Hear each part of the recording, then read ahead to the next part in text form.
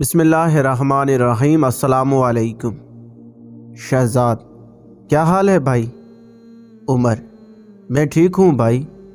शहजाद, पर मुझे तो कुछ परेशान नज़र आ रहे हो।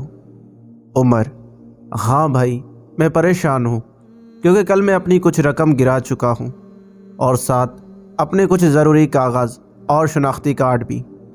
शहजाद, अच्छा, तो भाई तुम पैसों को लेकर परेशान हो? उमर, नहीं भाई, रिज़्क़ का वादा तो अल्लाह का है।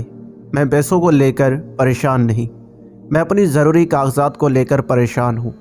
शहजाद, भाई, अगर तुम्हें अल्लाह पर इतना यकीन है कि रिज़्क़ का वादा उस पाक ज़ात का है तो तुम परेशान क्यों हो? उमर, मैं परेशान इसलिए हूँ क्योंकि मुझे ये तमाम कागज़ उम्रा पर जाने के लिए कल ही जमा करवाने थे। शहजाद, सुनकर बहुत दुख हुआ भाई। उमर, नहीं भाई, मुझे अल्लाह पर पूरा यकीन है, उसने मेरे लिए कुछ बेहतर ही सोचा होगा। शहजाद, बेशक। दरवाजे पर दस्तक होती है।